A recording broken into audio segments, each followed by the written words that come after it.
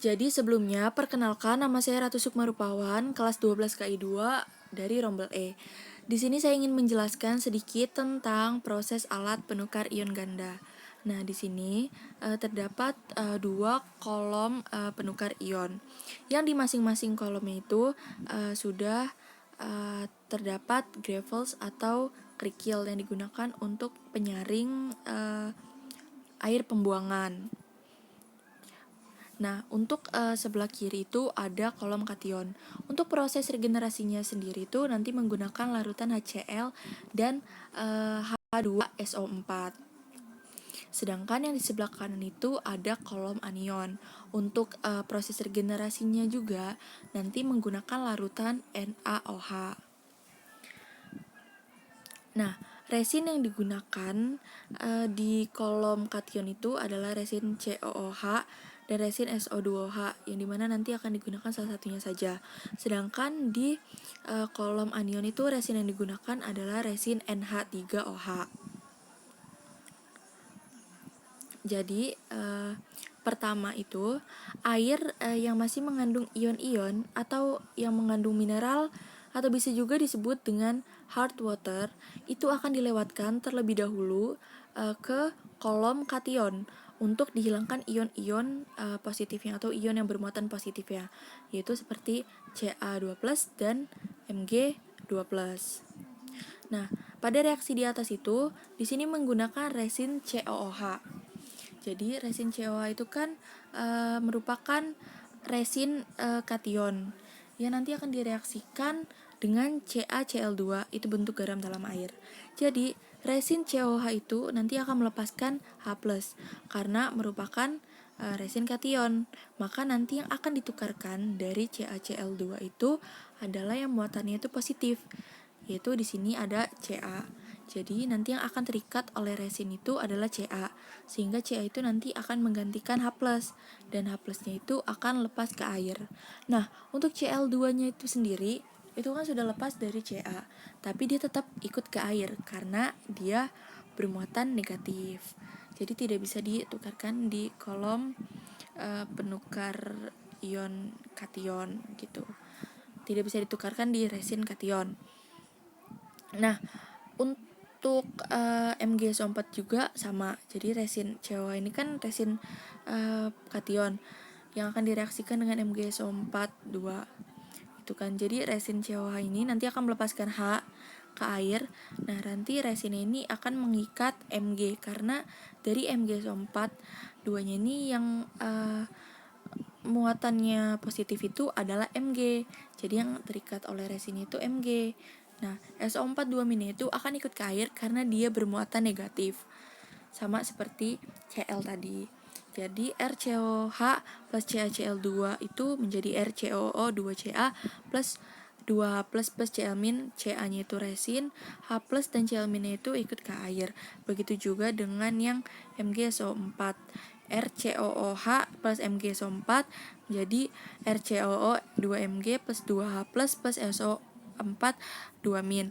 Jadi Mg-nya itu resin, H plus dan SO4 2-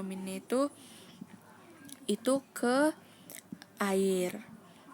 Lalu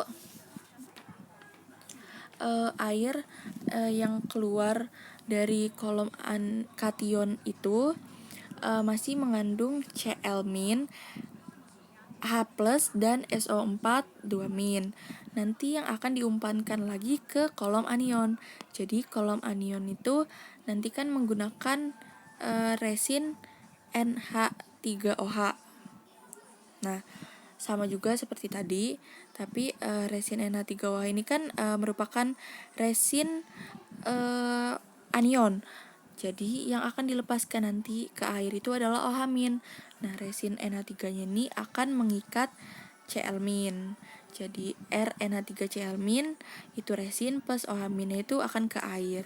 Gitu juga dengan SO4 2-. Jadi resin NH3OH- itu merupakan resin anion, yang akan dilepaskan itu adalah OH-, dan yang akan terikat oleh resinnya itu adalah SO4 2-. Jadi NH3 SO4 2- itu resin, yang akan dilepaskan ke air itu adalah OH-nya. Jadi yang akan keluar dari kolom anion itu ada H+ dan OH- yang akan membentuk H2O atau air demin atau air yang sudah tidak mengandung ion-ion lagi atau yang sudah tidak mengandung mineral lagi atau bisa juga disebut dengan soft water. Nah, di sini juga itu ada yang namanya itu WOS. Jadi WOS itu tuh pembuangan air kotor gitu, tempat pembuangan air kotor. Nah, di sini juga ada proses regenerasi.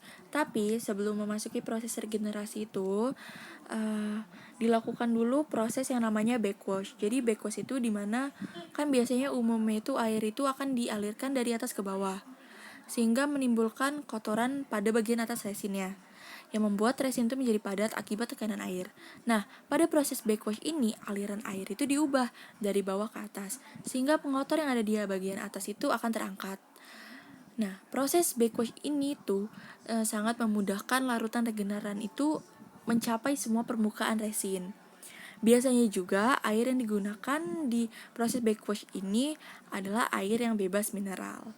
Nah, dari proses backwash ini baru memasuki proses regenerasi.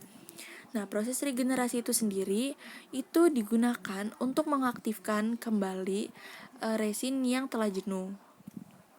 Jadi, larutan yang digunakan untuk resin kation itu sendiri merupakan larutan asam kuat. Jadi, menggunakan kalau yang resin kation itu menggunakan larutan HCl dan H2SO4. Sedangkan untuk resin anion itu menggunakan larutan basa kuat, dan di sini tuh menggunakan NaOH.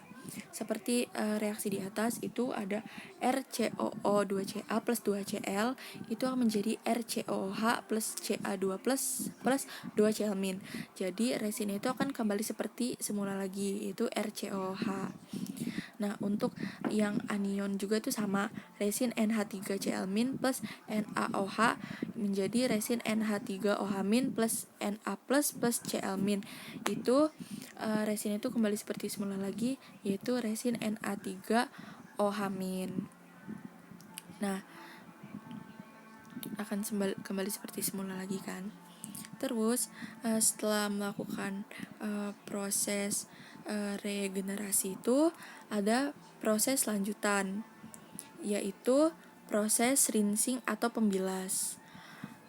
Proses rinsing atau pembilasan ini tuh dilakukan untuk menghilangkan sisa-sisa regeneran dan garam-garam yang terbentuk akibat proses regenerasi tadi. Gitu. Nah, air yang digunakan di sini juga itu biasanya juga air yang bebas mineral gitu. Dan ada proses yang paling akhir, itu ada proses drain. Itu digunakan untuk menguras sisa-sisa air pembilas. Sekian presentasi dari saya. Kalau ada yang kurang saya mohon maaf. Ada yang salah kata juga saya mohon maaf. Saya ucapkan terima kasih.